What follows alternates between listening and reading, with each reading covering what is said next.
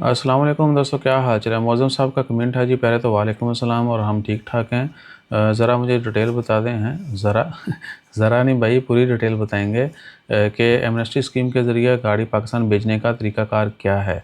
भैयान, amnesty scheme नहीं है, ये है कार गिफ्ट स्कीम। ये पहले भी चलती थी और पहले क्या होता था कि सिलसिला जो है थोड़ा डिफरेंट था। अभी उन्होंने कहा जी जितों मर्जी गड्डी ले आओ, लेकिन जड़ा ना अभी ग्रेजुअली ये कि 4 सालों में जो है ये जो 40% कस्टम ड्यूटी लगाने का ऐलान किया है, वो हर साल 10% कम होती जाएगी। 40% पे करना पड़ेगा, फिर अगले 1 साल के बाद जो है 30, उसके बाद 20, उसके बाद 10 और उसके बाद अगले साल जो है फिर 0%। लेकिन गाड़ी आपको जो है पहले 3 साल पुरानी तक होती थी, अभी 5 साल पुरानी गाड़ी भी आप पाकिस्तान जो है वो इंपोर्ट करवा सकते हैं। और उसमें क्या है कि फिर आपको पहले गाड़ी ख़रीदना पड़ेगी और फिर गाड़ी की जो मालियत है उसके ऊपर आपको 40% टैक्स है। पहले भी टैक्स होता था लेकिन इतना नहीं था। अभी जो है ना थोड़ा उन्होंने रगड़ा लगाया है और पहले साल जो है फिर आहो ताकि लोग कम करें, अगले साल फिर 30% होगा, उसके बाद 20, 10 फिर फ्री हो सकता है। तब तक ये कानून बदल जाए या नवी हुकूमत आए तो फिर मज़ीद कोई और टेंशन बढ़ जाए। ये थोड़ी है कि कानून बन गया है तो वही रहना है, ठीक है। इसको कभी भी जो है ना अमेंडमेंट हो सकती है, कभी भी रिवोक हो सकता है। सो कार गिफ्ट स्कीम जो है वो जितने भी ओवरसीज़ पाकिस्तानी हैं उनको अगर 2 साल पाकिस्तान से बाहर हो चुके हैं और कभी भी वो 6 माह से ज़्यादा मुल्क में नहीं उन्होंने गुजारे, तो वो एलिजिबल हैं। उनके मैंने 700 दिन कंप्लीट होने चाहिए पाकिस्तान से बाहर।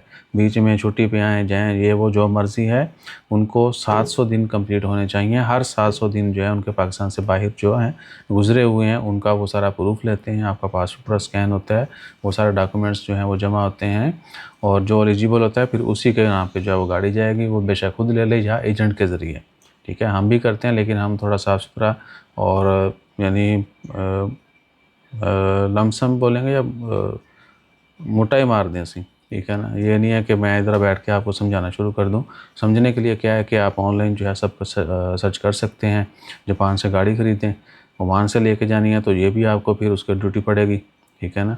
और 5 साल पुरानी गाड़ी की वैल्यू चेक कर लें यहाँ की और उसके बाद उसको ख़रीदें और पाकिस्तान जो है इंपोर्ट करने के लिए डॉक्यूमेंट्स बनाएं और कस्टम ड्यूटीज़ जो हैं ये वो थानू लग पता चलेगा, ठीक है। इसी तरह बाकी मुल्कों में तो बहुत पुरानी गाड़ी जो है वो सस्ती पड़ सकती है, लेकिन 5 साल पुरानी तक आप ले जा सकते हैं, इससे ज़्यादा पुरानी नहीं, ठीक है।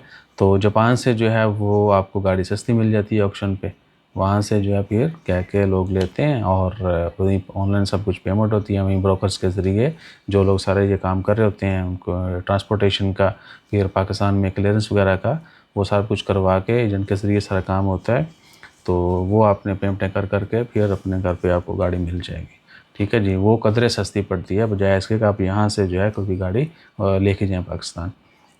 तो हर 700 दिन में जो है एक बंदा एक गाड़ी जो है वो पाकिस्तान में अपने किसी भी अजीज़ कारब बहन भाई रिश्तेदार जो हैं उनको गिफ्ट कर सकता है। उनके नाम पे जो है वो गाड़ी इशू वहाँ सारा कुछ यानी परचेज़ उन्हीं के नाम पे होती है। और फिर आपने पैसे भी जो रेमिटेंस भी शो करवानी। ये नहीं है कि अल्लाह तूली जो है ना पैसे पाकिस्तान एक क्यों नहीं भेजा तो तुसी कहो जी कि मेरे नाम थे, वो फिर बाकी टेबल के थल्ले वाले जो ज़रिए ना उसके ज़रिए आपके नाम पे जाएगी, ठीक है। वो अभी इधर हम डिस्कस नहीं करेंगे, लेकिन क्या है कि जो सीधा सीधा तरीका है वो यही है।